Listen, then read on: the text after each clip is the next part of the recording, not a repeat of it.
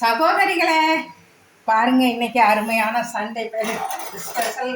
இன்னைக்கு மீன் குழம்பு வச்சிருக்கேன் பாருங்க சார், சட்டியில் வச்சிருக்கேன் பாருங்க சகோதரிகளே. இது வந்து நல்ல அருமையாக டேஸ்ட்டாக இருக்கும். எது போட்டாலும் எது வச்சாலும் உங்ககிட்ட சொல்லிட்டு சாப்பிட்டா எனக்கு ஒரு திருப்தியாக இருக்குது சகோதரிகளை. டைம் ஆகி போச்சு, பசி வந்துருச்சு, எல்லாம் சாப்பிட்டு முடிச்சிட்டாங்க. இப்போ நான் சாப்பிட போகிறேன். பாருங்க சகோதரிகளை, மீன் குழம்பு பாருங்க. மீன் குழம்பு வந்து தண்ணி டேஸ்ட்டு சகோதரிகளை. இதெல்லாம் சாப்பிட்றவங்களுக்கு இந்த மீன் குழம்பு இல்லாமல் சாப்பிடவே மாட்டாங்க சகோதரிகளை. பாருங்க எப்படி இருக்கு பாருங்க, குழம்பு அருமையாக இருக்குது.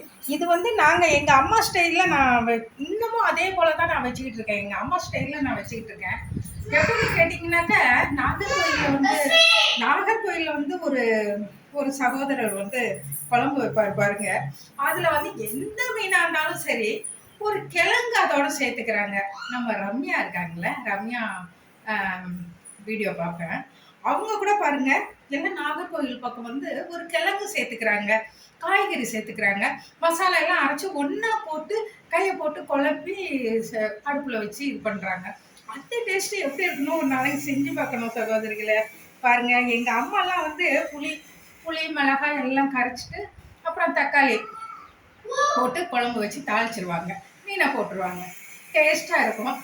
இப்போ அவங்க செய்கிற போல செய்யணும்னு எனக்கு ஒரு ஆசை சகோதரிகளை.